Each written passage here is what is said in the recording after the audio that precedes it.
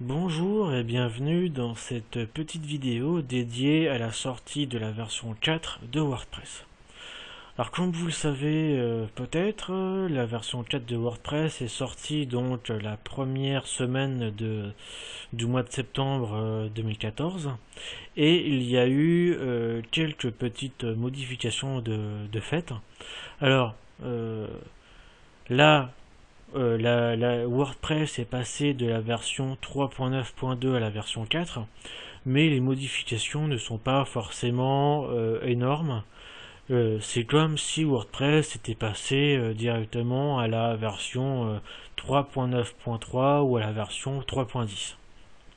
Mais j'ai pu voir, on va dire, quelques petites modifications, mais vraiment, voilà, c'était quelques petites modifications.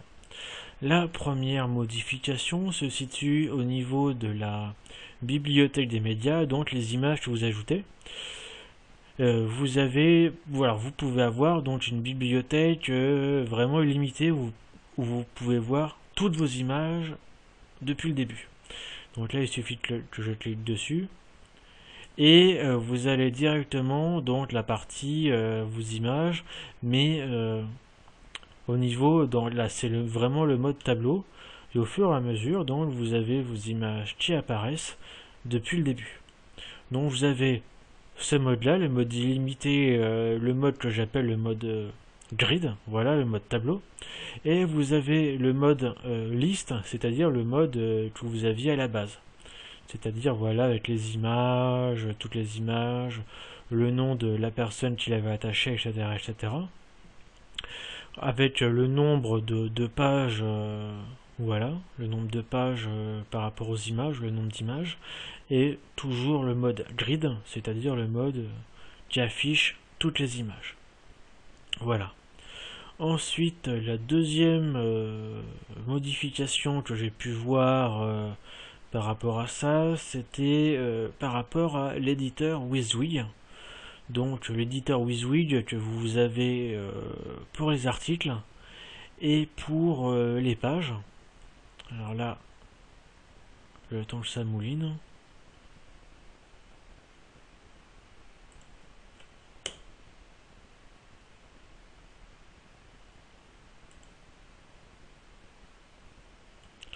Alors donc, si je reviens sur les articles,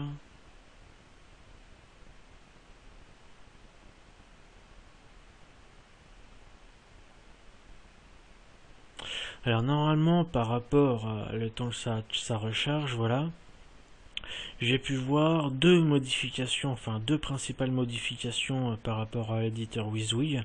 Donc la première modification se situe par rapport à la partie des différents boutons, donc pour les modifications.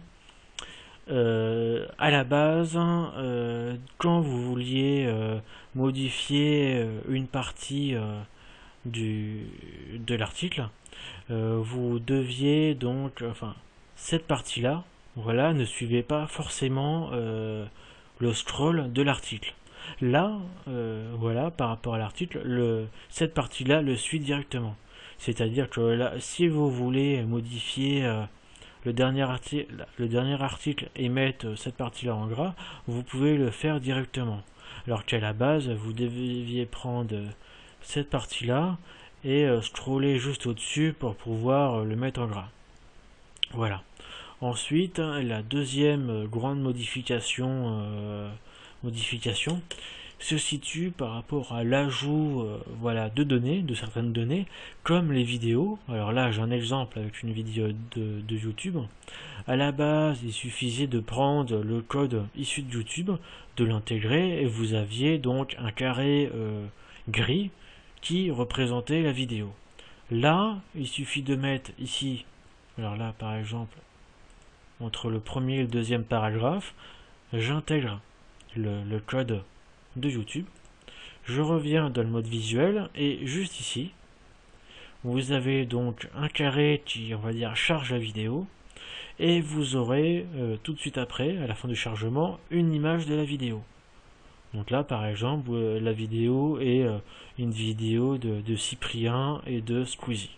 Donc, ils sont deux youtubeurs connus par rapport au gaming.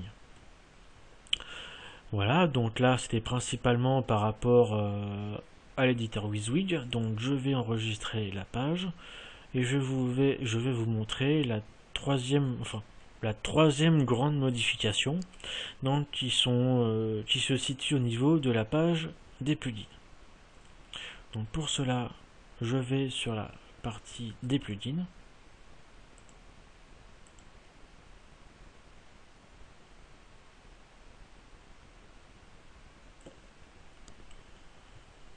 Alors ça prend quand même beaucoup de temps pour le chargement. Voilà. Alors en fait, quand vous cherchez une extension, normalement il suffisait d'ajouter et mais les plugins se lister comme ça sans forcément les montrer à leur juste valeur. Là, vous cliquez sur la partie ajouter.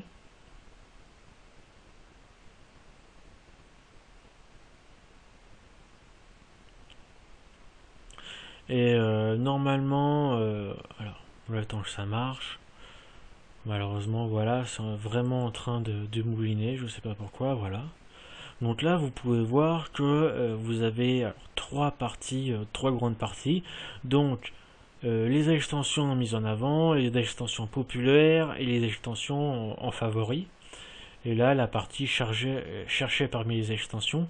Alors là, vous pouvez voir par exemple qu'il y a la partie pour chaque extension. Donc il y a plusieurs extensions, plusieurs colonnes. Et vous avez donc le nom de l'extension, une image, son explication, le nombre de votants avec le nombre d'étoiles, la dernière mise à jour, etc. Il y a beaucoup d'informations par rapport à chaque extension et vraiment c'est vraiment mis en valeur par rapport à la présentation précédente. Voilà. Donc là, ça c'est voilà, c'était la dernière chose que j'ai pu voir par rapport aux modifications par rapport à la version 4 de WordPress. Voilà. Donc je vous ai montré ce que ça a pu faire et on sait jamais pour la version pour une prochaine version de WordPress, je vous montrerai les autres modifications qui a pu être apportées par rapport à ça. Donc, je vous dis à la prochaine et à bientôt.